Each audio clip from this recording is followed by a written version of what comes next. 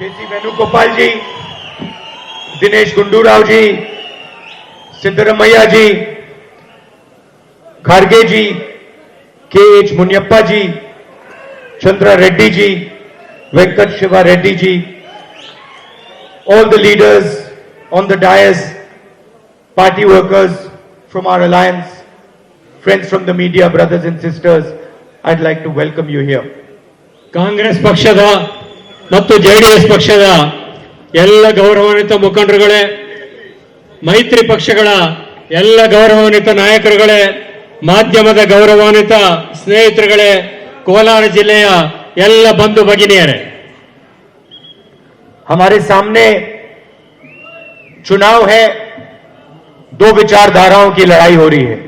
एक तरफ कांग्रेस पार्टी जो लोगों को जोड़ना चाहती है, विकास की बात करती है, रोजगार की बात करती है, और दूसरी तरफ बीजेपी, आरएसएस, नरेंद्र मोदी जो 15-20 लोगों के लिए पूरा का पूरा काम करते हैं, देश को तोड़ने की बात करते हैं और नफरत फैलाते हैं। ಈಗ ನಮ್ಮ ಮುಂದೆ ಲೋಕಸಭೆ ಚುನಾವಣೆ ಬಂದು ನಿಂತಿದೆ. ಈ ಚುನಾವಣೆಯಲ್ಲಿ ಎರಡು ಪ್ರಮುಖವಾದಂತಹ ವಿಚಾರಧಾರೆಗಳು ನಮ್ಮನ್ನ ಮುಂದೆ ಇದ್ದಾವೆ. ಕಾಂಗ್ರೆಸ್ ಪಕ್ಷ ಮತ್ತು ಅದರ ಮಿತ್ರ ಪಕ್ಷಗಳು ದೇಶವನ್ನು ಒಟ್ಟುಗೂಡಿಸುವ, ಎಲ್ಲ ಜನರನ್ನು ಒಟ್ಟಿಗೆ ತೆಗೆದುಕೊಂಡು ಹೋಗುವ, ಎಲ್ಲರೊಟ್ಟಿಗೆ ಹೋಗುವಂತಹ ಕಾರ್ಯಕ್ರಮಗಳನ್ನು ಜನಗಳ ಮುಂದೆ ಇಟ್ಟರೆ, ಪ್ರಧಾನಮಂತ್ರಿಗಳಾದಂತಹ ನರೇಂದ್ರ ಮೋದಿ ಅವರು, ಅವರ ಜೊತೆ ಇರುವಂತವರು ಕೆಲವೇ 10-15 ಜನರುಗಳ ಒಟ್ಟಿಗೆ ಮಾತ್ರ ಅವರಿಗೋಸ್ಕರ ಕೆಲಸ ಮಾಡ್ತಾ ಈ ದೇಶವನ್ನು ಒಡೆಯುವಂತ ವಿಚಾರಧಾರೆಗಳನ್ನ ಜನಗಳ ಮುಂದೆ ಇಟ್ಟು ಅವರು ಕೆಲಸ ಮಾಡ್ತಾ ಇದ್ದಾರೆ. ಈ ಎರಡು ವಿಚಾರಧಾರೆಗಳಲ್ಲಿ ಒಂದನ್ನು ಈಗ ನಾವು ಆಯ್ಕೆ ಮಾಡಿಕೊಳ್ಬೇಕಾಗಿದೆ. 5 साल पहले जब नरेंद्र मोदी प्रधानमंत्री बने, उन्होंने देश से 3 वायदे किए थे। 15 लाख रुपए हर बैंक अकाउंट में डालने का, 2 करोड़ युवाओं को रोजगार देने का और किसानों को सही दाम देने का। 2014 ಲೋಕಸಭಾ ಚುನಾವಣೆಯಲ್ಲಿ ನರೇಂದ್ರ ಮೋದಿ ಅವರು ಈ ದೇಶದ ಮುಂದೆ 2-3 ವಿಚಾರಗಳನ್ನ ಜನಗಳ ಮುಂದೆ ಇಟ್ಟು ಬೆಂಬಲವನ್ನು ಯಾಚಿಸಿದರು. ಮೊದಲನೇದಾಗಿ, ಈ ದೇಶದಲ್ಲಿರುವಂತ ಎಲ್ಲ ಯುವಕರಿಗೆ ಪ್ರತಿ ವರ್ಷ 2 ಕೋಟಿ ಉದ್ಯೋಗವನ್ನು ಸೃಷ್ಟಿ ಮಾಡ್ತೇನೆ ಅಂತ ಹೇಳಿದರು. ಭಾರತದಲ್ಲಿರುವಂತಹ ಪ್ರತಿಯೊಬ್ಬರ ಖಾತೆಗೆ ವಿದೇಶದಲ್ಲಿರುವಂತಹ ಕಪ್ಪು ಹಣವನ್ನು ತಂದು ಪ್ರತಿಯೊಬ್ಬರ ಖಾತೆಗೆ 15 ಲಕ್ಷ ರೂಪಾಯಿಗಳನ್ನ ಜಮಾ ಮಾಡ್ತೀನಿ ಅಂತ ಹೇಳಿದರು. ಮತ್ತು ಭಾರತದ ರೈತರ ಎಲ್ಲಾ ಸಾಲವನ್ನು ಕೂಡ ಮನ್ನಾ ಮಾಡ್ತೇನೆ ಅಂತ ಈ 3 ಪ್ರಮುಖ ವಾಗ್ದಾನಗಳನ್ನ ಜನಗಳ ಮುಂದೆ ಇಟ್ಟು 2014 ಲೋಕಸಭಾ ಚುನಾವಣೆಯನ್ನ ನರೇಂದ್ರ ಮೋದಿ ಅವರು ಮತ್ತು ಅವರ ಪಕ್ಷ ಎದುರಿಸಿತು. चुनाव के बाद बीजेपी के प्रेसिडेंट ने कहा कि 15 लाख जुमला था, झूठ था। ಚುನಾವಣೆ ಆದ ನಂತರ ಬಿಜೆಪಿಯ ರಾಷ್ಟ್ರೀಯ ಅಧ್ಯಕ್ಷರಾದಂತಹ ಅಮಿತ್ ಶಾ ಹೇಳಿದ್ರು, ಇದು 15 ಲಕ್ಷವನ್ನು ಪ್ರತಿಯೊಬ್ಬರ ಖಾತೆಗೆ ಹಾಕುವಂಥದ್ದು ಅದು ಚುನಾವಣೆಗೋಸ್ಕರ ಹೇಳಿದ ಮಾತೇ ಹೊರತು ಅದು ಸತ್ಯ ಅಲ್ಲ ಅನ್ನೋ ಮಾತನ್ನ ಚುನಾವಣೆ ನಂತರ ಅಮಿತ್ ಶಾ ಅವರು ಹೇಳಿದರು. और आज अब अगर आप नरेंद्र मोदी के भाषण सुने तो उसमें ना रोजगार की बात होती है, ना किसानों की बात होती है। ಇತ್ತೀಚಿನ ಚುನಾವಣೆ ಸಂದರ್ಭದಲ್ಲಿ ನೀವೆಲ್ಲ ದೇಶದ ಪ್ರಧಾನಮಂತ್ರಿ ನರೇಂದ್ರ ಮೋದಿ ಅವರ ಮಾತುಗಳನ್ನು ಕೇಳಿರಬಹುದು. ಅವರು ಯಾವಾಗಲೂ ಕೂಡ ಈ ಚುನಾವಣೆಯ ಭಾಷಣದಲ್ಲಿ ನಿರುದ್ಯೋಗಿಗಳಿಗೆ ಉದ್ಯೋಗ ಕೊಡುವ ಮಾತನ್ನಾಗ್ಲಿ ಅಥವಾ 15 ಲಕ್ಷ ರೂಪಾಯಿ ಹಾಕುವ ಮಾತಾಗಲಿ, ದೇಶದ ಅಭಿವೃದ್ಧಿ ಮಾತಾಗಲಿ, ರೈತರ ಬಗ್ಗೆ ಆಗಲಿ ಯಾವ ಮಾತನ್ನು ಕೂಡ ಆಡ್ತಾ ಇಲ್ಲ. उनके मैनिफेस्टो में भी रोजगार के बारे में कुछ नहीं लिखा है। ಅವರ ಚುನಾವಣಾ ಪ್ರಣಾಳಿಕೆಯಲ್ಲೂ ಕೂಡ ಉದ್ಯೋಗದ ಭರವಸೆ ಒಂದೇ ಮಾತನ್ನು ಕೂಡ ಅವರು ಆಡಿಲ್ಲ. 5 महीने पहले मैंने सोचा कि 15 लाख रुपए का वायदा बीजेपी के लिए झूठा था, मगर क्यों ना हम इसे पूरा करें। 5 ತಿಂಗಳ ಹಿಂದೆ ಈ ಚುನಾವಣೆಗೆ ಮುಂಚೆ ನಾವು ಯೋಚನೆ ಮಾಡಿದ್ವಿ, 15 ಲಕ್ಷ ರೂಪಾಯಿಗಳನ್ನ ಪ್ರತಿಯೊಬ್ಬರ ಖಾತೆಗೆ ಹಾಕುವಂತ ವಿಚಾರ ಬಿಜೆಪಿಯವರಿಗರು ಚುನಾವಣೆ ವಿಷಯ ಆಗಿರ್ಬೋದು, ಸುಳ್ಳಾಗಿರ್ಬೋದು. ಆದರೆ ನಾವು ಯಾಕೆ ಭಾರತದಲ್ಲಿರುವಂತಹ ಎಲ್ಲ ಬಡವರ ಖಾತೆಗಳಿಗೆ ಹಣ ಹಾಕುವಂತ ಒಂದು ಯೋಜನೆಯನ್ನ ರೂಪಿಸಬಾರದು ಮತ್ತು ಅದನ್ನು ಕಾರ್ಯಗತಗೊಳಿಸಬಾರದು ಅಂತ ನಾವು 5 ತಿಂಗಳ ಹಿಂದೆ ಯೋಚನೆ ಮಾಡಿದ್ವಿ. चौकीदार ने झूठ बोला, क्यों नहीं हम सच बोले। ಕಾವಲುಗಾರ ಅಂತ ಹೇಳಿದಂತವರು ಸುಳ್ಳು ಹೇಳಿದ್ರು, ದೇಶಕ್ಕೆ ಮೋಸ ಮಾಡುವಂತ ಕೆಲಸವನ್ನು ಮಾಡಿದ್ರು. तो मैंने 5 महीने पहले कांग्रेस के सबसे बेहतर इकोनॉमिस्ट को बुलाया, हमारे थिंक टैंक को बुलाया। शांत हो जाए भैया। कांग्रेस के सबसे बेहतर इकोनॉमिस्ट को बुलाया, कांग्रेस पार्टी के थिंक टैंक को बुलाया और उनसे एक सवाल पूछा। मैंने उनसे कहा, देखिए नरेंद्र मोदी ने 15 लाख देने की बात की थी, झूठ था। कांग्रेस पार्टी हिंदुस्तान के गरीब लोगों को कितना पैसा दे सकती है? एक शर्त है, अर्थव्यवस्था नहीं नष्ट करनी। मगर आप मुझे बताइए, एक साल के अंदर हिंदुस्तान सबसे गरीब लोगों को कितना पैसा दे सकता है? और मुझे लंबा भाषण नहीं चाहिए, थ्योरी नहीं चाहिए, किताब नहीं चाहिए, मुझे एक नंबर चाहिए। आप जाइए, काम कीजिए, चुनाव से पहले मुझे एक नंबर दीजिए। मैं नंबर देश की जनता को बताना चाहता हूं और जो नंबर आप मुझे देंगे उतना पैसा मैं हर गरीब के बैंक अकाउंट में डालना चाहता हूं। ऐतिहासिक निर्णय है। ऐसा निर्णय किसी सरकार ने आज तक नहीं लिया। ಈ ಚುನಾವಣೆಗಿಂತ ಮುಂಚೆ ದೇಶದ ಇಂದಿನ ಸರ್ಕಾರ ಪ್ರತಿಯೊಬ್ಬರ ಖಾತೆಗೆ 15 ಲಕ್ಷ ಹಾಕುವ ಸುಳ್ಳು ಆಶ್ವಾಸನೆ ಕೊಟ್ಟ ನಂತರ ನಾನು ಯೋಚನೆ ಮಾಡಿದೆ, ಈ ದೇಶದ ಸಂಪತ್ತಿನಲ್ಲಿ ಈ ದೇಶದ ಬಡವರಿಗೋಸ್ಕರ ಮಾಡಲಿಕ್ಕೆ ನಿಜವಾಗಿ ಕೂಡ ಹಣ ಇಲ್ವಾ, ಅವರ ಖಾತೆಗೆ ಹಣ ಹಾಕ್ಲಿಕ್ಕೆ ಸಾಧ್ಯ ಇಲ್ವಾ ಅನ್ನೋ ವಿಚಾರನ ತಿಳ್ಕೊಳ್ಬೇಕು ಅಂತೇಳಿ ಈ ದೇಶದ ಕೆಲವು ವಿಚಾರವಂತರು ಚಿಂತಕರ ಒಂದು ಸಭೆಯನ್ನು ನಾನು ಕರೆದೆ. ಅವರಿಗೆ ನೇರವಾಗಿ ನಾನು ಒಂದು ಮಾತನ್ನು ಹೇಳಿದೆ, ನನಗೆ ಉದ್ದುದ್ದವಾಗಿರುವಂತಹ ಭಾಷಣ ಬೇಕಾಗಿಲ್ಲ. ಈ ದೇಶದಲ್ಲಿರುವಂತಹ ಆದಾಯದಲ್ಲಿ ಬಡವರ ಖಾತೆಗೆ ಹಣ ಹಾಕಲಿಕ್ಕೆ ಎಷ್ಟು ಹಣ ಹಾಕಬಹುದು ಮತ್ತು ಯಾವಾಗ ಹಾಕಬಹುದು ಅನ್ನೋಂತ ಒಂದು ನಿಖರವಾಗಿರುವಂತಹ ಅಂಕಿಅಂಶವನ್ನು ಮಾತ್ರ ನೀವು ನನಗೆ ಕೊಡಬೇಕು. ಆ ಅಂಕಿಅಂಶ ಅದು ಜಾರಿ ಕೊಡಲಿಕ್ಕೆ ಸಾಧ್ಯವಾಗಿರುವಂತದ್ದಿರಬೇಕು. ಆ ರೀತಿಯ ಒಂದು ಅಂಕಿಅಂಶವನ್ನು ನೀವು ನನಗೆ ಕೊಡಬೇಕು. ಅದನ್ನ ಸಾಧ್ಯ ಮಾಡಲಿಕ್ಕೆ ಸಾಧ್ಯ ಇದ್ರೆ ಮಾತ್ರ ಆ ಮಾತನ್ನ ನೀವು ನಮ್ಗೆ ಹೇಳಬೇಕು. ನನಗೆ ಯಾವ ಉದ್ದ ಭಾಷಣದ ಅವಶ್ಯಕತೆ ಬೇಕಿಲ್ಲ, ನಿಮ್ಮ ಒಂದೇ ಸಲಹೆ ಬೇಕು ಅನ್ನೋದನ್ನ ನಾನು ಚಿಂತಕರು ಮತ್ತು ವಿಚಾರವಂತರಿಗೆ ಹೇಳಿದೆ. कुछ दिन पहले टीम वापस आई और कागज पे उन्होंने मुझे एक नंबर लिख के दे दिया. ಕೆಲವು ಸಮಯದ ಹಿಂದೆ ಆ ಎಲ್ಲ ಚಿಂತಕರು ವಿಚಾರವಂತರು ನನ್ನ ಹತ್ರ ಬಂದರು. ಒಂದು ಕಾಗದದ ಮೇಲೆ ಒಂದು ನಿರ್ದಿಷ್ಟವಾದಂತ ಅಂಕಿಯನ್ನು ಬರೆದು ನನ್ನ ಕೈಗೆ ಅವರು ಕೊಟ್ಟರು. एक साल में 72,000 रुपए, ಒಂದು ವರ್ಷದಲ್ಲಿ 72,000 ರೂಪಾಯಿಗಳು. 5 साल में 3,60,000 रुपए, 5 ವರ್ಷದಲ್ಲಿ 3.5 ಲಕ್ಷ ರೂಪಾಯಿ. नरेंद्र मोदी ने 15 लाख रुपए देने की बात की 5 साल में, झूठ. हमने सच्चाई खोज निकाली. 5 साल के अंदर कांग्रेस पार्टी देश के 20% सबसे गरीब लोगों के बैंक अकाउंट में 3,60,000 रुपए डाल देगी.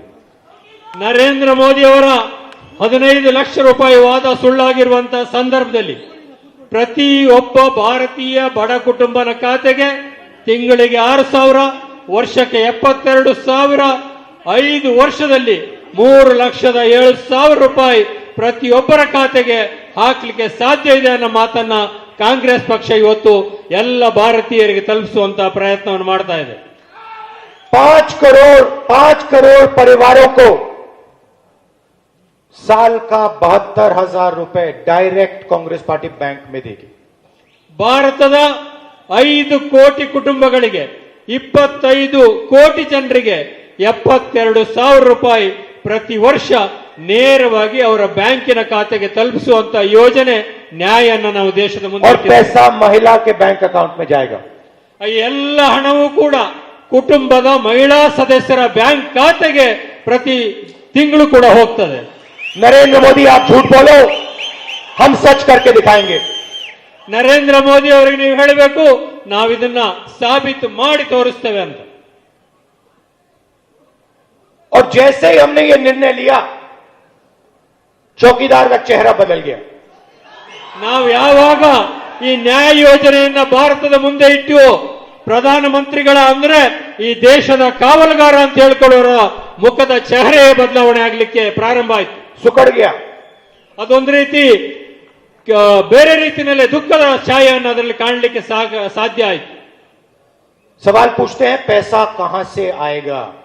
ಈಗ ಅವರು ಪ್ರಶ್ನೆ ಕೇಳ್ತಾ ಇದ್ದಾರೆ, ಇಷ್ಟೊಂದು ಹಣ ಎಲ್ಲಿಂದ ಬರ್ಲಿಕ್ಕೆ ಸಾಧ್ಯ ಅಂತೇಳಿ. मोदी जी मैं आपको बताता हूं, पैसा आपके दोस्त अनिल अंबानी के जेब से आएगा. ಮೋದಿ ಅವರೇ, ನಾನು ಈ ಸಂದರ್ಭದಲ್ಲಿ ನಿಮ್ಗೆ ಹೇಳಲಿಕ್ಕೆ ಬಯಸ್ತೇನೆ, ಈ ಹಣ ಎಲ್ಲಿಂದ ಬರ್ತದೆ ಅಂತ ನೀವು ಕೇಳ್ತಾ ಇದ್ದೀರಿ. ನಿಮ್ಮ ಸ್ನೇಹಿತರಾಗಿರುವಂತ ಅಂಬಾನಿಯವರ ಜೋಬಿನಿಂದಲೇ ಈ ಹಣ ಬಡವರಿಗೋಸ್ಕರ ಬರ್ತದೆ ಅನ್ನೋ ಮಾತನ್ನ ಹೇಳಲಿಕ್ಕೆ ಬಯಸ್ತೇನೆ. आप भ्रष्टाचार की बात करते हो, आपने उस चोर को 30,000 करोड़ रुपए एयरफोर्स का पैसा चोरी करके दिया है. ನೀವು ಹಣ ಎಲ್ಲಿಂದ ಬರ್ತದೆ ಅಂತ ಹೇಳಿದಿರಿ. ನಿಮ್ಮ ಸ್ನೇಹಿತರಿಗೆ 30,000 ಕೋಟಿ ರೂಪಾಯಿಗಳನ್ನ ಕಳ್ಳತನ ಮಾಡಲಿಕ್ಕೆ ಅವಕಾಶವನ್ನು ಮಾಡಿಕೊಟ್ಟಿದ್ದೀರಿ. 100% चोरी करते हो आप. 100% चौकीदार चोर है. 100ಕ್ಕೆ 100 ಇವರೆಲ್ಲರೂ ಕೂಡ ಇದರಲ್ಲಿ ಕಳ್ಳತನವನ್ನು ಮಾಡಿದ್ದಾರೆ. नीरव मोदी, मेहुल चौकसी, विजय माल्या, ललित मोदी, अनिल अंबानी, नरेंद्र मोदी. ನೀರವ್ ಮೋದಿ ಅವರು, ಚೋಕ್ಸಿ ಅವರು, ಲಲಿತ್ ಮೋದಿ ಅವರು, ವಿಜಯ್ ಮಲ್ಯ ಅವರು, ಅಂಬಾನಿ ಅವರು, ಅವರ ಜೊತೆಗೆ ನರೇಂದ್ರ ಮೋದಿ ಅವರು ಸೇರಿ ಈ ದೇಶದ ಜನರ ಹಣವನ್ನು ಕಳ್ಳತನ ಮಾಡಿದ್ದಾರೆ. चोरों का ग्रुप है. ಕಳ್ಳತನ ಸ್ಪಷ್ಟವಾಗಿ ಎಲ್ರಿಗೂ ಗೋಚರ ಆಗ್ತಾ ಇದೆ. चोरों की टीम है. ಕಳ್ಳತನ ನಿಮ್ಗೆಲ್ಲ ಸ್ಪಷ್ಟವಾಗಿ ಕಾಣುವಂತ ರೀತಿಯಲ್ಲಿ ಆಗ್ತಾ ಇದೆ. आपके जेब में से पैसा लेते हैं, किसानों से पैसा छीनते हैं, छोटे दुकानदारों से पैसा छीनते हैं और उन्हीं 15 लोगों को देते हैं. ಈ ದೇಶದ ರೈತರ, ಈ ದೇಶದ ಬಡವರ, ಈ ದೇಶದ ಕಾರ್ಮಿಕರ, ಈ ದೇಶದ ಜನರ ಹಣವನ್ನ ಕಳ್ಳತನ ಮಾಡಿ ಇದೇ ಕೆಲವರಿಗೆ ಜನರಿಗೆ ಕೊಡುವಂತ ಕೆಲಸವನ್ನ ಇವರು ಮಾಡಿದ್ದಾರೆ. आपसे कहते हैं काले धन के खिलाफ लड़ाई. ತಮಗೆ ಹೇಳ್ತಾರೆ, ಇಲ್ಲಿ ರೈತರ ಮನ್ನಾ ಮಾಡ್ಲಿಕ್ಕೆ, ಸಾಲ ಮಾಡ್ಲಿಕ್ಕೆ ಹಣ ಇಲ್ಲ, ಇದಕ್ಕೆ ಕೊಡ್ಲಿಕ್ಕೆ ಹಣ ಇಲ್ಲ ಅಂತೇಳಿ. आपको धूप में बैंक की लाइन के सामने खड़ा करते हैं. ನಿಮ್ಮನ್ನ ಬಿಸಿಲಿನಲ್ಲಿ ನಿಲ್ಲಿಸುವಂತ ಕೆಲಸವನ್ನು ಮಾಡ್ತಾರೆ. आपके जेब में से पैसा निकाल के बैंक में डालते हैं. ನಿಮ್ಮ ಜೋಬ್ನಲ್ಲಿರುವಂತಹ ಹಣ ಕೆಲವರಿಗೆ ಹೋಗುವಂತಹ ಕೆಲಸ ಆಗ್ತಾ ಇದೆ. और फिर आपको पता लगता है कि आप ही का पैसा नीरव मोदी उठा के भाग गया. ಕೆಲವೇ ಸಮಯದಲ್ಲಿ ನಿಮಗೆ ಗೊತ್ತಾಗ್ತದೆ, ನಿಮ್ಮ ಜೋಬ್ನಲ್ಲಿರೋ ಹಣವನ್ನೇ ನೀರವ್ ಮೋದಿ ತೆಗೆದುಕೊಂಡು ಹೋಗಿ ದೇಶದಿಂದ ಪಲಾಯನ ಮಾಡಿದ್ದಾರೆ ಅಂತೇಳಿ. 35,000 करोड़ रुपए आपकी जेब से निकालकर उसकी जेब में. ಸುಮಾರು 8,000 ಕೋಟಿ ರೂಪಾಯಿಗಳನ್ನ, 15,000 ಕೋಟಿ ರೂಪಾಯಿಗಳನ್ನ ನಿಮ್ಮ ಜೇಬಿನಿಂದ ಹಣ ತೆಗೆದುಕೊಂಡು ಹೋಗಿ ದೇಶ ಬಿಟ್ಟು ಪರಾರಿಯಾಗಿದ್ದಾರೆ. मेहुल चौकसी, ಮೆಹುಲ್ ಚೋಕ್ಸಿ ಅವರು ಕೋಟ್ಯಾಂತರ ರೂಪಾಯಿ ಹಣವನ್ನು ಈ ದೇಶದಿಂದ ತೆಗೆದುಕೊಂಡು ಹೋಗಿದ್ದಾರೆ. ललित मोदी. ಲಲಿತ್ ಮೋದಿ ಅವರು ದೇಶದ ಹಣವನ್ನು ತೆಗೆದುಕೊಂಡು ಪರಾರಿಯಾಗಿದ್ದಾರೆ. अच्छा, एक छोटा सा सवाल, इन सब के नाम, इन सब चोरों के नाम मोदी मोदी मोदी कैसे हैं? ನಿಮ್ಮ ಮುಂದೆ ಒಂದು ನನ್ನ ಸಣ್ಣ ಪ್ರಶ್ನೆ, ಈ ಎಲ್ಲ ಕಳ್ಳರ ಹೆಸರು ಕೂಡ ಮೋದಿ ಮೋದಿ ಮೋದಿ ಅಂತ ಯಾಕೆ ಬರ್ತಾ ಇದೆ? नीरव मोदी, ललित मोदी, नरेंद्र मोदी, और अभी थोड़ा ढूंढेंगे तो और बहुत सारे मोदी निकलेंगे. ನೀರವ್ ಮೋದಿ ಅವರು, ಲಲಿತ್ ಮೋದಿ ಅವರು, ನರೇಂದ್ರ ಮೋದಿ ಅವರು, ಹೀಗೆ ಕಳ್ಳತನ ಮಾಡಿರುವಂತ ಎಲ್ಲ ಹೆಸರು ಕೂಡ ಯಾಕೆ ಮೋದಿ ಅಂತ ಬರ್ತಾ ಇದೆ ಅಂತ ನಾನು ಪ್ರಶ್ನೆ ಮಾಡ್ತೇನೆ. उन्होंने नोटबंदी की, छोटे दुकानदारों को, स्मॉल मीडियम बिजनेस वालों को नष्ट किया, जिंदगी बर्बाद की. 500 ರೂಪಾಯಿ ಮತ್ತು 1000 ರೂಪಾಯಿ ನೋಟುಗಳ ಅಮಾನ್ಯೀಕರಣ ಮಾಡಿದ್ರು. ಬಡ ರೈತರು, ಬಡ ಕಾರ್ಮಿಕರು, ಸಣ್ಣ ಪುಟ್ಟ ವ್ಯಾಪಾರಿಗಳು ಬಹಳಷ್ಟು ಕಷ್ಟಪಡುವಂತಹ ಸ್ಥಿತಿಯನ್ನ ನಿರ್ಮಾಣ ಮಾಡಿದ್ರು. उसके बाद गब्बर सिंह टैक्स लागू किया, दूसरा झटका मारा. ಅದಾದ ನಂತರ GST ರೂಪದಲ್ಲಿ ದೊಡ್ಡದಾಗಿರುವಂತಹ ಒಂದು ಟ್ಯಾಕ್ಸ್ ಅನ್ನು ಹಾಕೋದ್ರ ಮುಖಾಂತರ ಉಳಿದಂತಹ ಹಣವನ್ನು ಕೂಡ ಅವರು ನಿಮ್ಮಿಂದ ಕಸ್ಕೊಳ್ಳುವಂತಹ ಪ್ರಯತ್ನವನ್ನು ಮಾಡಿದರು. यूपीए कांग्रेस पार्टी की सरकार आने दो, कुछ ही महीने में गब्बर सिंह टैक्स को हम सच्ची जीएसटी में बदल देंगे. एक टैक्स होगा, कम से कम टैक्स होगा, सरल टैक्स होगा. ಈಗ ದೇಶದ ಮೇಲೆ GST ಅನ್ನು ಹಾಕಿದ್ದಾರೆ, 28% ಅವರಿಗೆ ಟ್ಯಾಕ್ಸ್ ಅನ್ನು ಹಾಕ್ತಾ ಇದ್ದಾರೆ. ಇದನ್ನು ನಾನು ಗಬ್ಬರ್ ಸಿಂಗ್ ಟ್ಯಾಕ್ಸ್ ಅಂತ ಹೇಳಿ ಕರೆದ್ದೇನೆ. ಕಾಂಗ್ರೆಸ್ ಸರ್ಕಾರ ಕೇಂದ್ರದಲ್ಲಿ ಈ ಚುನಾವಣೆ ನಂತರ ಬಂದ ತಕ್ಷಣ ಈ ಗಬ್ಬರ್ ಸಿಂಗ್ ಟ್ಯಾಕ್ಸ್ ಅನ್ನು ತೆಗೆದುಹಾಕಿ ಸರಳವಾಗಿರತಕ್ಕಂತ ಒಂದೇ ಹಂತದ GST ಅನ್ನ ಇಡೀ ದೇಶದಲ್ಲಿ ಜಾರಿ ತರಲಿಕ್ಕೆ ನಾವು ಕಾರ್ಯೋನ್ಮುಖರಾಗ್ತೇವೆ. ये मन की बात करते हैं, हम काम की बात करते हैं. ನರೇಂದ್ರ ಮೋದಿ ಅವರು ಬರೀ ಭಾಷಣವನ್ನು ಮಾಡ್ತಾರೆ, ನಾವು ಕೆಲಸ ಮಾಡುವಂತ ಮಾತನಾಡ್ತೇವೆ. ಇದು ಭರವಸೆ ಅಲ್ಲ, ಇದನ್ನು ಮಾಡಿ ತೋರಿಸ್ತೇವೆ. 45 साल से सबसे ज्यादा बेरोजगारी हिंदुस्तान में आज है, नरेंद्र मोदी जी ने किया. 3 ಲಕ್ಷ ಕೋಟಿಗಿಂತ ಹೆಚ್ಚು ಹಣವನ್ನ, ಈ ದೇಶದ ಶ್ರೀಮಂತರ ಹಣವನ್ನ ಅವರು ಮನ್ನಾ ಮಾಡಿದ್ದಾರೆ. ಆದರೆ ಬಡವರಿಗೆ ಮಾತ್ರ ಯಾವ ಕೆಲಸವನ್ನು ಕೂಡ ಮಾಡಿಲ್ಲ.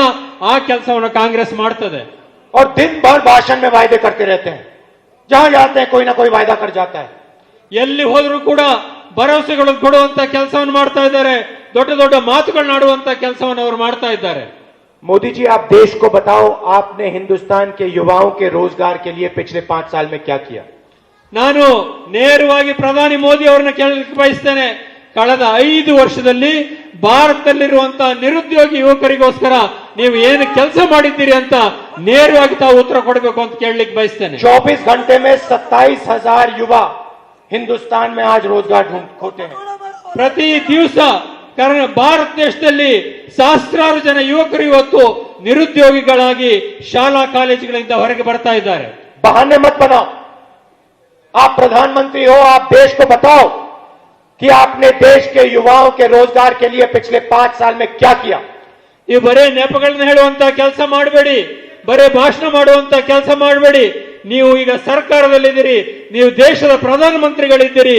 ಕಳೆದ 5 ವರ್ಷಗಳಲ್ಲಿ ಈ ರಾಷ್ಟ್ರದ ಯುವಕರಿಗೋಸ್ಕರ ತಾವು ಯಾವ ಯೋಜನೆ ತಂದು ಎಷ್ಟು ಕೆಲಸ ಕೊಟ್ಟಿದ್ದೀರಿ ಅಂತ ಸ್ಪಷ್ಟವಾಗಿ ಹೇಳಬೇಕು ಅಂತ ನಾನು ಕೋರ್ತೇನೆ. कर्नाटक की सरकार ने कर्जा माफ किया किसानों को. आप देश को बताओ कितने किसानों को आपने कर्जा माफ किया है. ಕರ್ನಾಟಕದಲ್ಲಿರುವಂತಹ ಮೈತ್ರಿ ಸರ್ಕಾರ ಕರ್ನಾಟಕದ ಬಡ ರೈತರ 48,000 ಕೋಟಿ ರೂಪಾಯಿ ಸಾಲಗಳನ್ನ ಮನ್ನಾ ಮಾಡುವಂತ ಕೆಲಸ ಮಾಡಿದೆ. ಭಾರತದ ಎಷ್ಟು ರೈತರ ಸಾಲವನ್ನ ತಾವು ಮನ್ನಾ ಮಾಡಿದ್ದೀರಿ ಅಂತೇಳಿ ಈ ಸಂದರ್ಭದಲ್ಲಿ ನಾನು ಕೇಳಲಿಕ್ಕೆ ಬಯಸ್ತೇನೆ. आप अनिल अंबानी से गले मिलते हो, हिंदुस्तान के किसान से गले क्यों नहीं मिलते हो? ನೀವು ಅನಿಲ್ ಅಂಬಾನಿ ಅವರನ್ನ ಆಲಂಗಿಸಿಕೊಳ್ತೀರಿ, ಆದರೆ ದೇಶದ ರೈತರನ್ನ ಯಾಕೆ ನೀವು ಆಲಂಗಿಸಿಕೊಳ್ಳೋದಿಲ್ಲ ಅಂತ ಕೇಳಲಿಕ್ಕೆ ಬಯಸ್ತೇನೆ. आप नीरव मोदी के साथ फोटो लेते हो, हिंदुस्तान के किसान के साथ फोटो क्यों नहीं लेते हो? ನೀವು ನೀರವ್ ಮೋದಿ ಅವರೊಟ್ಟಿಗೆ ಫೋಟೋವನ್ನು ತೆಗೆಸಿಕೊಳ್ಳುವಂತ ಕೆಲಸವನ್ನು ಮಾಡ್ತೀರಿ, ಲಲಿತ್ ಮೋದಿ ಒಟ್ಟಿಗೆ ಫೋಟೋ ತೆಗೆಸುವಂತ ಕೆಲಸ ಮಾಡ್ತೀರಿ. ಬಡ ರೈತರ ಕಾರ್ಮಿಕರ ರೈತರೊಟ್ಟಿಗೆ ಯಾಕೆ ನೀವು ಸೇರೋದಿಲ್ಲ ಅನ್ನೋ ಮಾತನ್ನು ಕೇಳಲಿಕ್ಕೆ ಬಯಸ್ತೇನೆ. कर्नाटक की सरकार ने हजारों करोड़ रुपए कर्नाटक के किसानों को दिए. ಕರ್ನಾಟಕ ಸರ್ಕಾರ ಕರ್ನಾಟಕದ ರೈತರಿಗೋಸ್ಕರ ಸಹಸ್ರಾರು ಕೋಟಿ ರೂಪಾಯಿಗಳ ನೆರವನ್ನ, ವಿನಾಯಿತಿಯನ್ನ, ಸಾಲ ಮನ್ನಾವನ್ನ ಮಾಡಿದೆ. और हमने मैनिफेस्टो में साफ लिखा है, हिंदुस्तान की किसान की रक्षा होगी. ಭಾರತದ ಸರ್ಕಾರ ಈ ರೀತಿ ಯಾವ ಕೆಲಸವನ್ನು ಕೂಡ ಮಾಡಿಲ್ಲ. ದೊಡ್ಡ ಉದ್ಯಮಿ ಪರ ಇರತಕ್ಕಂತ ಕೆಲಸವನ್ನ ಮಾತ್ರ ಮಾಡಿದ್ದಾರೆ. 2019 में जैसे ही हम चुनाव जीतेंगे, किसानों का हम एक स्पेशल बजट बनाएंगे. 2019 ಈ ಚುನಾವಣೆ ಏನಿದೆ, ಇದನ್ನು ನಾವು ಗೆದ್ದ ತಕ್ಷಣ ಈ ಭಾರತದ ರೈತರಿಗೆ ನಾವು ದೊಡ್ಡದೊಂದು ಕೊಡುಗೆಯನ್ನು ಕೊಡೋರಿದ್ದೇವೆ. ದೇಶದ ಇತಿಹಾಸದಲ್ಲಿ ಮೊದಲನೇ ಬಾರಿಗೆ ಕೃಷಿ ಬಜೆಟ್ ಅನ್ನ, ರೈತರ ಬಜೆಟ್ ಅನ್ನು ನಾವು ಸಂಸತ್ತಿನಲ್ಲಿ ಮೊದಲನೇ ಬಾರಿಗೆ ಮಂಡಿಸೋರಿದ್ದೇವೆ. नेशनल बजट पे पेश होगा, नेशनल बजट पेश होगा और उसी के साथ उसी समय किसानों का एक अलग बजट पेश होगा. ದೇಶದ ಜನಗಳಿಗೋಸ್ಕರ ಒಂದು ಬಜೆಟ್ ಅನ್ನು ಕೂಡ ಮಂಡನೆ ಮಾಡ್ತೇವೆ. ದೇಶದ ಬಜೆಟ್ ಅನ್ನು ಮಂಡನೆ ಮಾಡೋ ಜೊತೆಗೆ ಆಯವ್ಯಯ ಮಂಡನೆ ಮಾಡೋ ಜೊತೆಗೆ ದೇಶಕ್ಕೋಸ್ಕರ, ರೈತರಿಗೋಸ್ಕರ ರೈತರ ಬಜೆಟ್ ಅನ್ನು ಕೂಡ ನಾವು ಮಂಡನೆ ಮಾಡೋರಿದ್ದೇವೆ. साल की शुरुआत में ही हिंदुस्तान के किसान को पता लगेगा उसकी सरकार क्या करने जा रही है. उसके लिए ಈ ವರ್ಷ, ಆರ್ಥಿಕ ವರ್ಷ ಪ್ರಾರಂಭ ಆದ ತಕ್ಷಣ, ಹೊಸ ಸರ್ಕಾರ ಬಂದ ತಕ್ಷಣ ದೇಶದ ರೈತರಿಗೆ ಗೊತ್ತಾಗ್ತದೆ ಹೊಸ ಸರ್ಕಾರ ಭಾರತದ ರೈತರಿಗೆ ಏನು ಕಾರ್ಯಕ್ರಮಗಳನ್ನು ಕೊಡ್ತದೆ, ಏನು ರಿಯಾಯಿತಿ ವಿನಾಯಿತಿಗಳನ್ನು ಕೊಡ್ತದೆ ಅನ್ನೋದು ಹೊಸ ಸರ್ಕಾರದ ಮೊದಲನೇ ಬಜೆಟ್ ನಲ್ಲಿ, ರೈತರ ಬಜೆಟ್ ನಲ್ಲಿ ನಾವು ಹೇಳೋರಿದ್ದೇವೆ. एमएसपी कितनी बढ़ाई जाएगी, ಮತ್ತು ರೈತರ ಕನಿಷ್ಠ ಸಾಮಾನ್ಯ ಬೆಲೆ ಏನಿದೆ ಅದನ್ನು ಎಷ್ಟು ಹೆಚ್ಚು ಮಾಡ್ತೀವಿ ಅನ್ನೋದನ್ನು ಕೂಡ ಆ ರೈತರ ಬಜೆಟ್ ನಲ್ಲಿ ನಾವು ಹೇಳೋರಿದ್ದೇವೆ. कितना बोनस मिलेगा, कितना बोनस मिलेगा, ಎಷ್ಟು ಬೋನಸ್ ಅನ್ನು ಕೂಡ ರೈತರಿಗೆ ಮತ್ತು ಕಾರ್ಮಿಕರಿಗೆ ಕೊಡ್ತೇವೆ, ರೈತರ ಬೆಳೆಗಳಿಗೆ ಕೊಡ್ತೇವೆ ಅನ್ನೋದನ್ನು ಕೂಡ ಅದೇ ಬಜೆಟ್ ನಲ್ಲಿ ನಾವು ಹೇಳೋರಿದ್ದೇವೆ. कितना कर्जा दिया जाएगा, ಎಷ್ಟು ಅವರ ಸಾಲ ಮನ್ನಾ ಆಗ್ತದೆ ಅನ್ನೋದನ್ನು ಕೂಡ ಅದೇ ಬಜೆಟ್ ನಲ್ಲಿ ನಾವು ಹೇಳೋರಿದ್ದೇವೆ. कितने फूड प्रोसेसिंग प्लांट लगाए जाएंगे, कितनी स्टोरेज फैसिलिटीज दी जाएंगी, ಎಷ್ಟೊಂದು ಆಹಾರ ಸಂಸ್ಕರಣಾ ಘಟಕಗಳನ್ನ ಈ ದೇಶದಲ್ಲಿ ಸ್ಥಾಪನೆ ಮಾಡ್ತೇವೆ, ಎಷ್ಟೊಂದು ಗೋಡೌನ್ಗಳನ್ನ ನಾವು ಈ ದೇಶದಲ್ಲಿ ನಿರ್ಮಾಣ ಮಾಡ್ತೇವೆ ರೈತರಿಗೋಸ್ಕರ ಅನ್ನೋದನ್ನು ಕೂಡ ಅದೇ ರೈತರ ಬಜೆಟ್ ನಲ್ಲಿ ನಾವು ಹೇಳೋರಿದ್ದೇವೆ. साल के पहले ही आपको बता दिया जाएगा. ಪ್ರತಿ ವರ್ಷ ಕೃಷಿ ಹಂಗಾಮು ಪ್ರಾರಂಭ ಆಗೋದಕ್ಕಿಂತ ಮುಂಚೆನೆ ಈ ಎಲ್ಲ ವಿಷಯವನ್ನು ಕೂಡ ನಾವು ನಿಮ್ಮ ಮುಂದೆ ಬಜೆಟ್ನ ಮುಖಾಂತರ ಹೇಳೋರಿದ್ದೇವೆ. आपके दिल में जो घबराहट है उसे हम मिटाना चाहते हैं। ನಿಮ್ಮ ಮನಸ್ಸಿನಲ್ಲಿ ಏನೊಂದು ಭಯದ ವಾತಾವರಣ ಇದೆ, ಏನು ಬೆಳೆ ಬೆಳಿಬೇಕು, ಯಾವ ರೀತಿ ಕೃಷಿ ಮಾಡಬೇಕು ಅಂತ ಈ ಸಂಪೂರ್ಣ ರೈತರನ್ನ ಭಯಮುಕ್ತರನ್ನಾಗಿ ಮಾಡುವಂತ ಕೆಲಸವನ್ನ ನಾವು ರೈತರ ಬಜೆಟ್ ನಲ್ಲಿ ಮಾಡೋರಿದ್ದೇವೆ। मैनिफेस्टो में हमने एक और बहुत ऐतिहासिक निर्णय लिया है किसानों के लिए। ನಾವು ಮತ್ತೊಂದು ಐತಿಹಾಸಿಕವಾಗಿರುವಂತ ನಿರ್ಣಯವನ್ನು ಕೂಡ ರೈತರ ಪರವಾಗಿ ತೆಗೆದುಕೊಳ್ತಾ ಇದ್ದೇವೆ। जब अनिल अंबानी जैसे लोग बैंक लोन लेते हैं और पैसा वापस नहीं देते हैं, वो जेल नहीं जाते। ಯಾವಾಗ ಈಗಿನ ಸ್ಥಿತಿನಲ್ಲಿ ಅನಿಲ್ ಅಂಬಾನಿ ಅಂತ ಒಬ್ಬ ಉದ್ಯಮಿ ಸಹಸ್ರಾರು ಕೋಟಿ ರೂಪಾಯಿಗಳನ್ನ ಸಾಲವನ್ನು ಪಡಿತಾರೆ, ಬ್ಯಾಂಕ್ಗಳಿಗೆ ಹಣವನ್ನು ವಾಪಸ್ ಕೊಡೋದಿಲ್ಲ, ಆದ್ರೂ ಕೂಡ ಅವರು ಜೈಲಿಗೆ ಹೋಗುವಂತ ಸಂದರ್ಭ ಇಲ್ಲ। किसान अखबार में पढ़ते हैं अनिल अंबानी ने 45,000 करोड़ रुपए लिया, वापस नहीं दिया, बाहर घूम रहा है। ಈಗ ಬ್ಯಾಂಕ್ನವರು ಬರೀತಾರೆ, ಅವರ ಬ್ಯಾಂಕಿನ ಪಾಸ್ಬುಕ್ ನಲ್ಲಿ ಖಾತೆಗಳಲ್ಲಿ ಅನಿಲ್ ಅಂಬಾನಿ ಅವರು ಇಷ್ಟು ಸಹಸ್ರ ಕೋಟಿ ರೂಪಾಯಿಗಳನ್ನ ಸಾಲವನ್ನು ತೆಗೆದುಕೊಂಡ್ರು, ಅದನ್ನು ವಾಪಸ್ ಕೊಟ್ಟಿಲ್ಲ ಅಂತ ಪಾಸ್ಬುಕ್ ಅಲ್ಲಿ ಬರೀತಾರೆ, ಹಾಗೆ ಇರ್ತದೆ, ಅದೊಂದು ಯಾವುದೇ ಕಾರ್ಯನಿರ್ವಹಣೆ ಮಾಡದೇ ಇರುವಂತಹ ಒಂದು ಖಾತೆಯಾಗಿ ಉಳಿದುಕೊಳ್ತದೆ। मेहुल चौकसी 45,000 करोड़ रुपए ले गया, बाहर घूम रहा है। ಮೇಹುಲ್ ಚೋಕ್ಸಿ ಅವರು ಕೂಡ ಸಹಸ್ರಾರು ಕೋಟಿ ರೂಪಾಯಿಗಳನ್ನ ಸಾಲ ಪಡೆದ್ರು, ಬ್ಯಾಂಕಿಗೆ ಹಣವನ್ನು ವಾಪಸ್ ಕೊಡಲಿಲ್ಲ। तो हमने निर्णय लिया है कि सरकार बनने के बाद हिंदुस्तान का कोई भी किसान कर्जा ना लौटाने पर जेल नहीं जा सकता है। ಆದರೆ ಕಾಂಗ್ರೆಸ್ ಪಕ್ಷ ಒಂದು ತೀರ್ಮಾನವನ್ನು ತೆಗೆದುಕೊಂಡಿದೆ, ಹೊಸ ಸರ್ಕಾರ ಕೇಂದ್ರದಲ್ಲಿ ಮೇ ತಿಂಗಳಿನಲ್ಲಿ ರಚನೆ ಆದ ನಂತರ ಭಾರತದ ಯಾವುದೇ ರೈತ ಯಾವುದೇ ಬ್ಯಾಂಕಿನಿಂದ ಸಾಲ ಪಡೆದು ಆ ಸಾಲವನ್ನ ಹಣವನ್ನ ವಾಪಸ್ ಕೊಡ್ಲಿಕ್ಕಾಗದೆ ಹೋದ್ರೆ ಯಾವುದೇ ಕಾರಣಕ್ಕೂ ಕೂಡ ಭಾರತದ ಯಾವುದೇ ಕಾನೂನಿನ ಪ್ರಕಾರ ಕೂಡ ಯಾವುದೇ ಒಬ್ಬ ರೈತರು ಕೂಡ ಜೈಲಿಗೆ ಹೋಗದೆ ಇರುವಂತಹ ರೀತಿಯಲ್ಲಿ ಹೊಸ ಕಾನೂನನ್ನು ನಾವು ಈ ದೇಶದ ರೈತರ ಪರವಾಗಿ ತರುವವರಿದ್ದೇವೆ। कोई भी किसान कर्जे के मामले में जेल नहीं जा पाएगा। ಹಣ ಅವರು ಬ್ಯಾಂಕಿಗೆ ಕಟ್ಟಲಿಕ್ಕೆ ಹೋಗದೆ ಹೋದ್ರೂ ಕೂಡ ಅವರ ಸಾಲ ಮನ್ನಾ ಆಗ್ತದೆ ಮತ್ತು ಯಾವುದೇ ಒಬ್ಬನೇ ಒಬ್ಬ ರೈತ ಜೈಲಿಗೆ ಹೋಗದೆ ಇರುವಂತಹ ಸ್ಥಿತಿಯನ್ನು ನಾವು ನಿರ್ಮಾಣ ಮಾಡ್ತೇವೆ। युवाओं को कहना चाहता हूं, 5 साल आपने नरेंद्र मोदी पर भरोसा किया। ನಾನು ಯುವಕರಿಗೆ ಹೇಳಲಿಕ್ಕೆ ಬಯಸ್ತೇನೆ, 5 ವರ್ಷಗಳ ಕಾಲ ಈ ದೇಶದ ಪ್ರಧಾನಿ ನರೇಂದ್ರ ಮೋದಿ ಅವರನ್ನ ನೀವು ನಂಬಿದ್ರಿ। Make in India, make in India, make in India सुनते सुनते आप लोग तंग आ गए। Make in India, stand up India, start up India ಈ ತರ ಅನೇಕ ಘೋಷಣೆಗಳನ್ನು ಕೊಟ್ಟರೆ ಹೊರತು ಯಾವ ನಿರುದ್ಯೋಗಿ ಯುವಕನಿಗೂ ಕೂಡ ಅದರಿಂದ ಯಾವ ಸಹಾಯನೂ ಕೂಡ ಆಗಲಿಲ್ಲ। डायलॉग सुन सुनकर आप लोग तंग आ गए।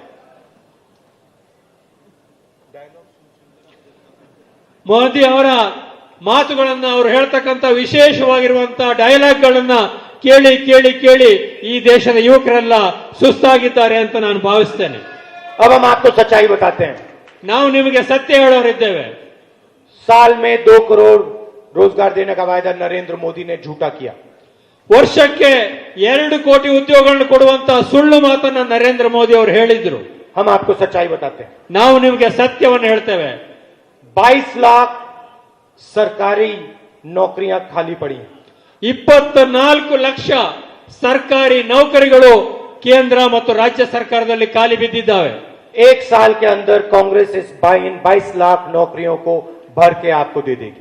ಕೇಂದ್ರದಲ್ಲಿ ಅಧಿಕಾರಕ್ಕೆ ಬಂದ 1 ವರ್ಷದೊಳಗಾಗಿ ಈ ಎಲ್ಲ 24 ಲಕ್ಷ ಸರ್ಕಾರಿ ಹುದ್ದೆಗಳನ್ನ ತುಂಬುವಂತಹ ಕೆಲಸವನ್ನ ಕಾಂಗ್ರೆಸ್ ನೇತೃತ್ವದ ಕೇಂದ್ರ ಸರ್ಕಾರ ಮಾಡ್ತದೆ। देश में पंचायत लेवल पर 10 लाख युवाओं को रोजगार दिया जा सकता है।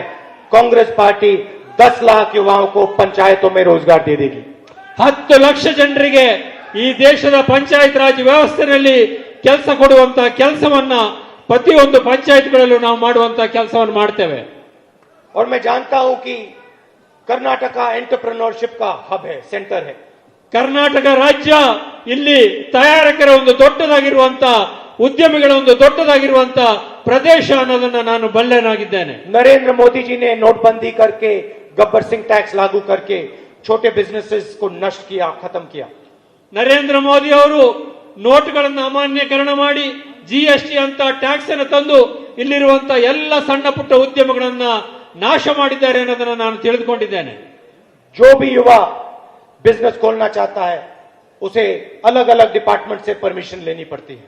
ಯಾರು ಯುವಕರು ಉದ್ಯಮಗಳನ್ನ ಸ್ಥಾಪನೆ ಮಾಡಬೇಕು ಅಂತ ಬಯಸ್ತಾರೋ ಅವರಿಗೆ ಹಲವಾರು ಇಲಾಖೆಗಳಿಂದ ಪರವಾನಗಿ ತೆಗೆದುಕೊಳ್ಳಬೇಕಾದಂತ ಅವಶ್ಯಕತೆ ಈಗ ಇದೆ. मैनिफेस्टो में हमने साफ लिख दिया है, कर्नाटका का जो भी युवा बिजनेस चालू करना चाहता है उसे कोई परमिशन लेने की जरूरत नहीं होगी. ನಾನು ನಮ್ಮ ಪ್ರಣಾಳಿಕೆಯಲ್ಲಿ ಹೇಳಿದ್ದೇನೆ, ಕರ್ನಾಟಕದ ಯಾವುದೇ ಯುವಕರು ಯಾವುದೇ ಹೊಸ ಉದ್ಯಮವನ್ನು ಸ್ಥಾಪನೆ ಮಾಡಲಿಕ್ಕೆ ಬಯಸಿದ್ರೆ ಅವರಿಗೆ ಯಾವುದೇ ಒಂದು ಪರವಾನಗಿ ಅವಶ್ಯಕತೆ ಇಲ್ಲ. ಪರವಾನಗಿ ಇಲ್ಲದೆ ಅವರು ಉದ್ಯಮವನ್ನು ಸ್ಥಾಪನೆ ಮಾಡುವಂತ आसानी से आप अपना बिजनेस चालू करो. एक बार आपका बिजनेस चालू हो जाएगा, शुरू हो जाएगा, एक बार आपके पास 20, 30, 40 लोग काम करेंगे, तब आप जाके 3 साल में परमिशन जाके लीजिए. ನೀವು ನಿಮ್ಮ ಉದ್ಯಮವನ್ನ ಶುರು ಮಾಡಿ ಉದ್ಯಮವನ್ನು 2-3 ವರ್ಷಗಳು ನಡೆಸಿ ಒಂದು 30 ಲಕ್ಷ 40 ಲಕ್ಷ ರೂಪಾಯಿಯಷ್ಟು ನಿಮ್ಮದು ಉದ್ಯಮ ಬೆಳೆದ ನಂತರ 3 ವರ್ಷಗಳ ನಂತರ ಮಾತ್ರ ಪರವಾನಗಿ ತೆಗೆದುಕೊಳ್ಳಕ್ಕೆ ಬೇಕಾಗ್ತದೆ. ಅಲ್ಲಿವರೆಗೆ ಯಾವ ಪರವಾನಗಿ ಅವಶ್ಯಕತೆ ಇಲ್ಲದಿರುವಂತ ಹೊಸ ಯೋಜನೆಯನ್ನ ಹೊಸ ಕಾನೂನನ್ನ ನಾವು ಮಾಡೋರಿದ್ದೇವೆ. और जो बैंक की चाबी नरेंद्र मोदी ने अनिल अंबानी, नीरव मोदी, मेहुल चोकसी जैसे चोरों के हाथ में डाली, वो चाबी हम अनिल अंबानी के हाथ से छीन के कर्नाटक के युवाओं के हाथ में डालेंगे. ಈ ದೇಶದ ಬ್ಯಾಂಕುಗಳ ಉದ್ಯಮಗಳ ಕೀಲಿ ಕೈಯನ್ನ ಯಾವ ಪ್ರಧಾನಿ ನರೇಂದ್ರ ಮೋದಿ ಅವರು, ಮೆಹುಲ್ ಚೋಕ್ಸಿ ಅವರು, ನೀರವ್ ಮೋದಿ ಅವರು, ಅನಿಲ್ ಅಂಬಾನಿ ಅಂತರ ಕಳ್ಳರ ಕೈ ಕೊಟ್ಟಿದ್ದಾರೆ, ಅವರಲ್ಲಿ ಇರುವಂತಹ ಬೀಗದ ಕೈಯನ್ನ ಕೀಲಿ ಕೈಯನ್ನ ಕಿತ್ತು ತಂದು ನಾವು ಈ ದೇಶದ ಯುವಕರ ಕೈಗೆ ಕೊಡ್ತೇವೆ ಅನ್ನೋ ಮಾತನ್ನು ಹೇಳಲಿಕ್ಕೆ ಬಯಸ್ತೇನೆ. और जो भी कर्नाटक के युवा रोजगार पैदा करेंगे उनको हम बैंक लोन देंगे. ಯಾವ ಯುವಕರು ಹೊಸ ಉದ್ಯಮವನ್ನ ಸ್ಥಾಪನೆ ಮಾಡಿ ಇಲ್ಲಿ ಉದ್ಯೋಗವನ್ನು ಕೊಡ್ತಾರೋ ಅವರಿಗೆ ಎಲ್ಲಾ ಬ್ಯಾಂಕ್ಗಳು ಕೂಡ ಸಾಲ ಕೊಡುವಂತ ಒಂದು ಯೋಜನೆಯನ್ನ ನಾವು ದೇಶದಲ್ಲಿ ಜಾರಿ ತರ್ತೇವೆ. अंत में मैं महिलाओं के बारे में थोड़ा बोलना चाहता हूं. ನಾನು ಕೊನೆಯದಾಗಿ ಮಹಿಳೆಯರಿಗೂ ಕೂಡ ಕೆಲವು ಮಾತುಗಳನ್ನು ಹೇಳಲಿಕ್ಕೆ ಬಯಸ್ತೇನೆ. न्याय योजना का पैसा उनके खाते में जाएगा. ನ್ಯಾಯ ಯೋಜನೆ ಅಂತ ಏನಿದೆ, ವರ್ಷಕ್ಕೆ 72,000 ರೂಪಾಯಿ ಕೊಡೋದು, ಅದು ನೇರವಾಗಿ ಮಹಿಳೆಯರ ಖಾತೆಗೆ ಹೋಗುವಂತ ಹಣ. आप सोचिए, 5 करोड़ परिवारों के घर में 72,000 रुपए हर साल. ನೀವು ಸ್ವಲ್ಪ ಯೋಚನೆ ಮಾಡಿ, 5 ಕೋಟಿ ಕುಟುಂಬಗಳ ಮಹಿಳೆಯರ ಕೈನಲ್ಲಿ ವರ್ಷಕ್ಕೆ 72,000 ರೂಪಾಯಿ ಅವರ ಖಾತೆಗೆ ಹೋಗುವಂತ ಒಂದು ಸಂದರ್ಭ. नरेंद्र मोदी ने 15 लोगों के बैंक अकाउंट में लाखों करोड़ रुपए डाले, हम 25 करोड़ लोगों के बैंक अकाउंट में डालेंगे. ನರೇಂದ್ರ ಮೋದಿ ಅವರು ಯಾರ ಖಾತೆಗೆ ಯಾವ ಹಣನೂ ಹಾಕುವಂತ ಪ್ರಯತ್ನ ಮಾಡಲಿಲ್ಲ, ಆದ್ರೆ ನಾವು 25 ಕೋಟಿ ಜನರ 5 ಕೋಟಿ ಕುಟುಂಬಗಳಿಗೆ ನೇರವಾಗಿ ಹಣ ಹಾಕುವಂತ ಯೋಜನೆ ಮಾಡಿದ್ದೇವೆ. मगर हम महिलाओं की और मदद करना चाहते हैं. राज्यसभा, लोकसभा और विधानसभाओं में उनको 33% रिजर्वेशन देंगे. ನಾವು ಮಹಿಳೆಯರಿಗೆ ಇನ್ನೊಂದು ಮಾತನ್ನು ಹೇಳಲಿಕ್ಕೆ ಬಯಸ್ತೇನೆ. ಈ ದೇಶದ ಲೋಕಸಭೆ, ಈ ದೇಶದ ರಾಜ್ಯಸಭೆ, ಈ ದೇಶದ ವಿಧಾನಸಭೆ, ಶಾಸನ ಸಭೆಗಳಲ್ಲಿ ಪ್ರತಿ ಮಹಿಳೆಯರಿಗೆ 33% ಶೇಕಡ ಮೀಸಲಾತಿಯ ಸೀಟುಗಳನ್ನ ನಾವು ಅಧಿಕಾರಕ್ಕೆ ಬಂದ ತಕ್ಷಣ ಮೊದಲನೇ ಅಧಿವೇಶನದಲ್ಲಿ ಅದನ್ನು ಮಾಡೋರಿದ್ದೇವೆ. और नेशनल लेवल में सरकारी नौकरियों में 33% रिजर्वेशन महिलाओं को मिलेगा. ಕೇಂದ್ರ ಸರ್ಕಾರದಲ್ಲಿರುವ ಎಲ್ಲ ಸರ್ಕಾರಿ ನೌಕರಗಳಲ್ಲಿ 33% ಮಹಿಳೆಯರಿಗೆ ಮೀಸಲಾತಿಯನ್ನ ತಕ್ಷಣದಲ್ಲಿ ಜಾರಿ ತರುವಂತಹ ಕೆಲಸವನ್ನು ನಾವು ಮಾಡ್ತೇವೆ. भाइयों और बहनों, विचारधारा की लड़ाई है. ಸಹೋದರ ಸಹೋದರಿಯರೇ, ಬೇರೆ ಬೇರೆಯಾದಂತಹ ವಿಚಾರಧಾರೆಗಳು ನಿಮ್ಮ ಮುಂದೆ ಇದ್ದಾವೆ. एक तरफ नफरत और देश को तोड़ने की विचारधारा, ಒಂದು ಕಡೆಯಿಂದ ದ್ವೇಷ ಮತ್ತು ದೇಶವನ್ನು ಒಡೆಯುವಂತಹ ವಿಚಾರಧಾರೆ ನಿಮ್ಮ ಮುಂದೆ ಇದೆ. दूसरी तरफ प्यार, भाईचारा और देश के जोड़ने की. ಮತ್ತೊಂದು ಕಡೆ ಪ್ರೀತಿ, ವಿಶ್ವಾಸ, ಸಾಮರಸ್ಯದ ವಿಚಾರಧಾರೆಯೂ ಕೂಡ ನಿಮ್ಮ ಮುಂದೆ ಇದೆ. जीत कांग्रेस पार्टी जेडीएस की होने वाली है. ಇಲ್ಲಿ ಜಯ ಕಾಂಗ್ರೆಸ್ ಮತ್ತು ಜೆಡಿಎಸ್ ಪಕ್ಷದ್ದೇ ಆಗಲಿದೆ ಕರ್ನಾಟಕದಲ್ಲಿ. ये देश प्यार का है, नफरत का नहीं है. ಈ ದೇಶ ಎಲ್ಲವೂ ಕೂಡ ಸುಗಮವಾಗಿ ಆಡಳಿತದ ಕಡೆಗೆ ಹೋಗುವಂತಹ ಸ್ಥಿತಿ ನಿರ್ಮಾಣ ಮಾಡಬೇಕಾಗಿದೆ. ये प्रदेश प्यार का प्रदेश है. ಈ ಪ್ರದೇಶ ಕರ್ನಾಟಕ ಏನಿದೆ, ಇದು ಪ್ರೀತಿಯನ್ನು ಸೂಸುವಂತಹ ಒಂದು ಪ್ರದೇಶ. आपने नरेंद्र मोदी जी के झूठे वायदे सुने. ನೀವು ನರೇಂದ್ರ ಮೋದಿ ಅವರ ಸುಳ್ಳುಗಳನ್ನು ಇಷ್ಟು ದಿವಸ ಕೇಳಿದ್ದೀರಿ. आज वो ना रोजगार की बात करते हैं, ना किसान की बात करते हैं, ना भ्रष्टाचार की बात करते हैं. ಈಗ ಅವರು ರೈತರ ಮಾತಾಗ್ಲಿ, ಉದ್ಯೋಗದ ಮಾತಾಗ್ಲಿ, ಅಥವಾ ರೈತರ ಇನ್ನೊಂದು ಭಾಗ ಆಗ್ಲಿ, ಭ್ರಷ್ಟಾಚಾರದ ಮಾತಾಗ್ಲಿ ಯಾವುದನ್ನು ಕೂಡ ಆಡ್ತಾ ಇಲ್ಲ. हम आपको झूठे वायदे नहीं करेंगे. ನಾವು ನಿಮ್ಮ ಮುಂದೆ ಸುಳ್ಳು ಹೇಳಲಿಕ್ಕೋಸ್ಕರ ಬಂದು ನಿಂತಿಲ್ಲ. मगर हम हिंदुस्तान की अर्थव्यवस्था को एक बार फिर से चालू कर देंगे. ನಾನು ಈ ಹಿಂದೂಸ್ತಾನದ ಭಾರತ ದೇಶದ ಎಲ್ಲರಿಗೆ ವಿಶೇಷವಾಗಿ ರೈತರಿಗೆ ಒಂದು ಮಾತನ್ನ ಸ್ಪಷ್ಟವಾಗಿ ಹೇಳಲಿಕ್ಕೆ ಬಯಸ್ತೇನೆ. किसान की रक्षा करेंगे और युवाओं को रोजगार देंगे. ರೈತರ ಲಕ್ಷ್ಯವನ್ನು ನಾವು ತೆಗೆದುಕೊಳ್ತೇವೆ, ಅವರ ಬಗ್ಗೆ ಗಮನವನ್ನು ಹರಿಸ್ತೇವೆ ಮತ್ತು ಯುವಕರಿಗೆ ಉದ್ಯೋಗವನ್ನು ಕೂಡ ಕೊಡ್ತೇವೆ. और अगली बार नरेंद्र मोदी यहां आए तो आप उन्हें पूछिए, अनिल अंबानी का नाम पूछिए और उनसे पूछिए कि उन्होंने एयरफोर्स का 30,000 करोड़ रुपए चोरी करके अनिल अंबानी को क्यों दिया.